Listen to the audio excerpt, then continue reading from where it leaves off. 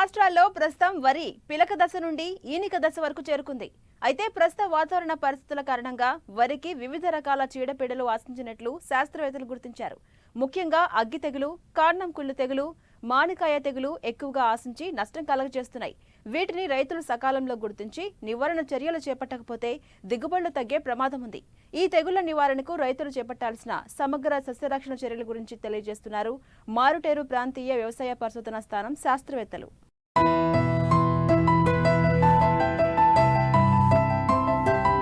వివిధ ప్రాంతాల్లో వరి పైర్లు ప్రస్తుతం ఈనిక దశకు చేరుకున్నాయి. అయితే ప్రతికూల వాతావరణ పరిస్థితుల కారణంగా వివిధ రకాల తెగుళ్లు వరి పైరుకు ఆశించాయి.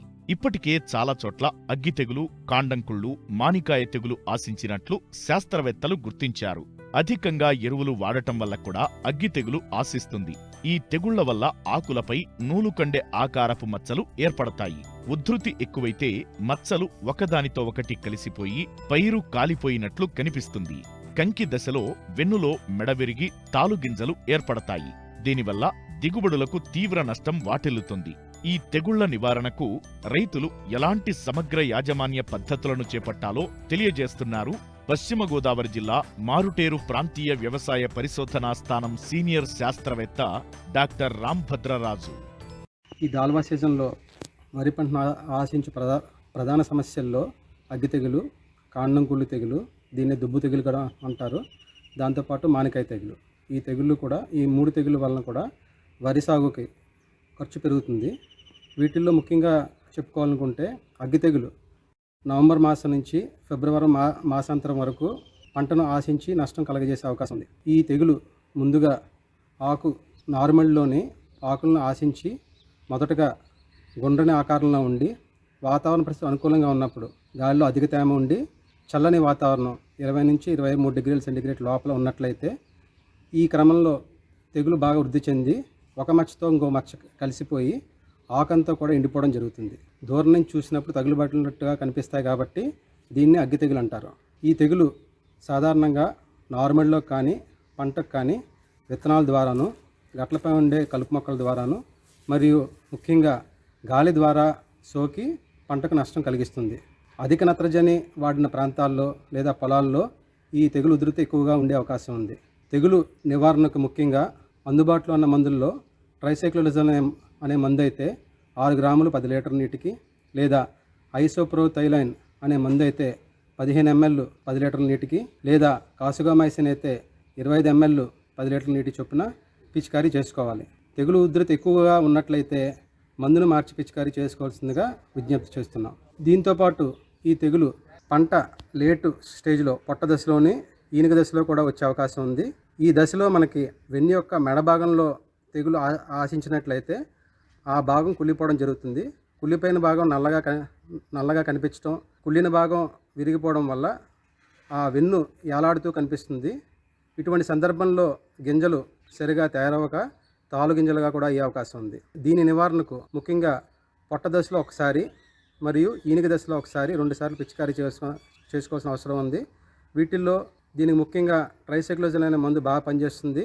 6 గ్రాములు 10 లీటర్ నీటి చొప్పున పిచికారీ చేసుకున్నట్లయితే మెడవిరుపును కూడా సమర్థవంతంగా నివారించుకోవచ్చు. మరి ముఖ్యంగా ఈ తెగులు వచ్చిన తర్వాత సస్యరక్షణ చర్యలు చేపట్టకుండా ముందు జాగ్రత్తగా తట్టుకునే రకాల ఎంపిక కూడా చాలా ముఖ్యం. ముఖ్యంగా మనకు అందుబాటులో ఉన్న MTU 1121, 1153, MTU 1156, అలాగే NDLR 7 రకం, అలాగే నెల్లూరు నుంచి విడుదలైన NLR 34449 అనే రకం ఈ తెగుల్ని సమర్థవంతంగా తట్టుకుంటాయి. కాబట్టి ఈ రకాలను సాగు చేయడం వల్ల ఈ తెగుల యొక్క ఉధృతిని మరియు నష్టాన్ని చాలా వరకు నివారించుకోవచ్చు. మరి ఇంకా ఈ దాల్వా కాలంలో రెండో ముఖ్యమైన తెగులు దుబ్బు తెగులు లేదా కాండం కుళ్ళు తెగులు. ఈ తెగులు యొక్క కారకం భూమి ద్వారా సంక్రమించే అవకాశం ఉంది. దాంతోపాటు పోయిన సీజన్లో విడిచిన మొదళ్ళు లేదా ఆకుల ద్వారా కూడా సంక్రమించే అవకాశం ఉంది. తెగులు సాధారణంగా పొట్ట దశలో మనకి కనిపించడం జరుగుతుంది. ముందుగా దుబ్బులో 1-2 పిలకలు ఎండిపోవడం జరుగుతుంది. క్రమేపీ దుబ్బులో ఉన్న అన్ని పిలకలు ఎండిపోయి మొక్క పూర్తిగా చనిపోవడం జరుగుతుంది. తెగులు నిర్ధారించుకోవడానికి పిలకలు చనిపోయిన పిలకలను మనం పీకి చూసినట్లయితే లోపల ఆవగింజ పరిమాణంలో లేదా గసగసాల ఏవైతే గింజలు ఉన్నాయో ఆ పరిమాణంలో నల్లని శిలీంధ్ర బీజాలు గమనించవచ్చు కాండం చీల్చి చూసినట్లయితే. దాన్ని బట్టి ఈ తెగుల్ని నిర్ధారించవచ్చు. తెగులు సోకిన తర్వాత మందులు పిచికారీ చేసినా సరే అంత ఉపయోగం ఉండదు కాబట్టి ముందు జాగ్రత్త చర్యగా ఊడ్చిన 30 రోజులకు ఒకసారి 60 రోజులకు ఒకసారి హెక్సాకొనజోల్ అనే మందు అయితే 2 ml లీటర్ నీటికి, లేదా వాలిడామైసిన్ అయితే 2 ml 1 లీటర్ నీటికి, దాంతోపాటు టెబుకొనజోల్ 25 EC ఫార్ములేషన్ అయితే 2 ml, అదే 38 SC ఫార్ములేషన్ అయితే 1.5 ml 1 లీటర్ నీటి చొప్పున ఊడ్చిన 30 రోజులకి 60 రోజులకి పిచికారీ చేసినట్లయితే సమస్యాత్మకంగా కాండం కుళ్ళు సమస్యాత్మకంగా ఉన్న ప్రాంతాల్లో ఈ తెగుల్ని సమర్థవంతంగా నివారించవచ్చు. దీంతోపాటు గట్లపై ఉన్న కలుపు మొక్కలు పూర్వ పంట యొక్క అవశేషాల ద్వారా ఈ తెగులు వచ్చే అవకాశం ఉంది కాబట్టి వేసవదుక్కు చేయడం ద్వారా ఈ తెగులు చాలా వరకు కూడా నివారించే అవకాశం ఉంది. మరి మూడో ముఖ్యమైన తెగులు మనకి మానికాయ తెగులు. మానికాయ తెగులు సాధారణంగా గింజ పాలు పోసుకునే స్టేజ్లో మనం గమనించవచ్చు. గింజలు ఏవైతే ఉన్నాయో అవి బూజు కింద మారి క్రమేణా శిలీంధ్ర బీజాల యొక్క సముదాయంతో మనకు కనిపిస్తాయి. ముందుగా ఆరెంజ్ రంగులో ఉంటుంది, తర్వాత క్రమేణా ఆకుపచ్చ రంగుకి నల్లగా మనకి మారి మానికాయలు కనిపిస్తూ ఉంటాయి. దీని యొక్క స్టార్టింగ్ స్టేజ్ మనం చెప్పుకోవాలంటే పొట్ట దశలో మన మొక్క లోపలికి ప్రవేశించి క్రమేణా వృద్ధి చెంది పాలు పోసుకునే స్టేజ్లో మనం గమనిస్తూ ఉంటాం.